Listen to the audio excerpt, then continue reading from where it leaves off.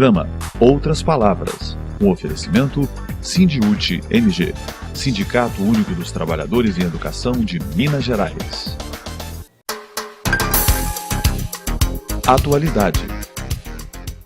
Em 2014 foi lançado em Minas Gerais o Observatório dos Conflitos Ambientais, uma iniciativa envolvendo algumas universidades, principalmente a UFMG.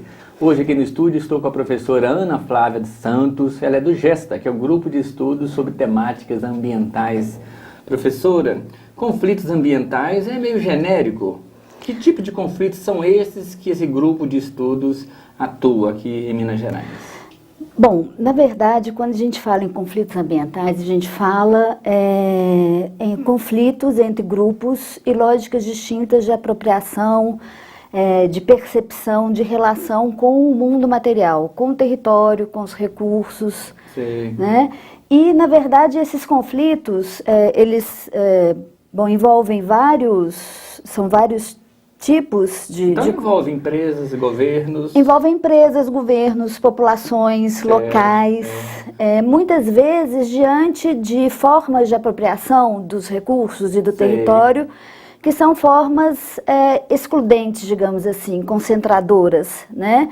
E que, de certa forma, a sua prevalência ameaça ou, muitas vezes, inviabiliza a convivência de outros grupos, outras lógicas. Agora, pelo que eu vi consultando o site na internet do Observatório, a maioria dos conflitos cadastrados pelo Observatório aqui em Minas se refere a conflitos relacionados ao uso da água. Não necessariamente. Na verdade, o mapa, ele atualmente, eu acho que ele recobre, né? Digamos assim, ele tem uma base de cerca de 500 fichas.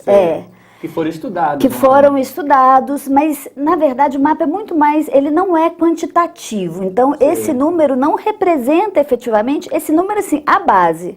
Né? Inclusive, na verdade, já devem haver mais casos, porque o mapa, na verdade, é uma pesquisa, né, que vem sendo desenvolvida desde 2007, contou com atualização, com a realização de oficinas, então esse número aumentou.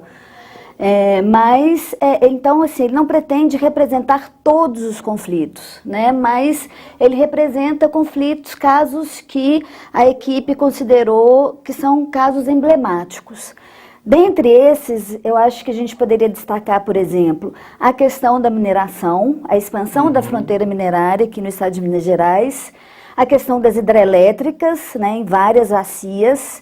No norte de Minas, uma questão que aparece com muita frequência é a questão da criação de unidades de conservação em territórios ocupados por povos e comunidades tradicionais. E quando se cria essas unidades, essas populações, comunidades são desalojadas, precisam ser reassentadas? Justamente porque essas unidades muitas vezes são criadas de forma bastante arbitrária, sem estudos, né? E elas incidem sobre áreas que são mais preservadas, e são mais preservadas justamente pela presença histórica de uma população que tem uma outra lógica de relação com a natureza. Agora, na pesquisa que vocês promoveram e naquelas também que estão em curso, como é que é a mediação desses conflitos? É a justiça que faz a mediação, é o Ministério Público, ou isso é um grande problema, não tem mediação? Olha, na verdade, o que a gente vê hoje no estado de Minas Gerais, eu tomo isso, por exemplo, há duas pesquisas hoje em curso no GESTA, que são sobre grandes casos de empreendimentos minerários, né?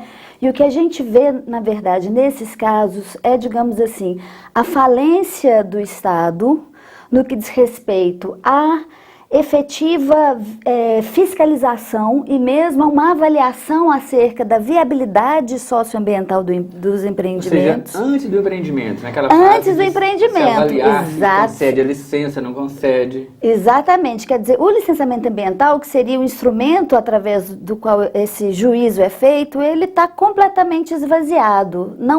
A licença prévia não reflete mais, na verdade, um verdadeiro juízo de viabilidade socioambiental. E por que ela não reflete isso? É falta de estrutura do Estado, falta de fiscais, por exemplo, como você colocou, ou é falta de uma política mais transparente, das pessoas serem ouvidas?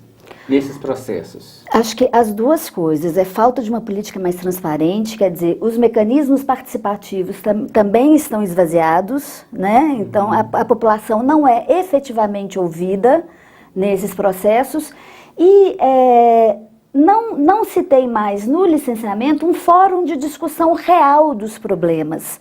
Né? Para você ter uma ideia, o licenciamento prévio do mineroduto, do empreendimento Minas Rio, sim, não o mineroduto, na verdade, a cava e a exploração mineral. Isso. Ela foi licenciada com centenas de condicionantes, com cerca de 300 condicionantes.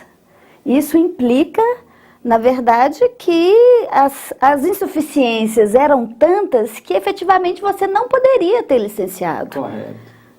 Professora, nosso tempo está se esgotando, vamos voltar a esse assunto no próximo programa. Eu agradeço aí pela sua audiência, até o próximo.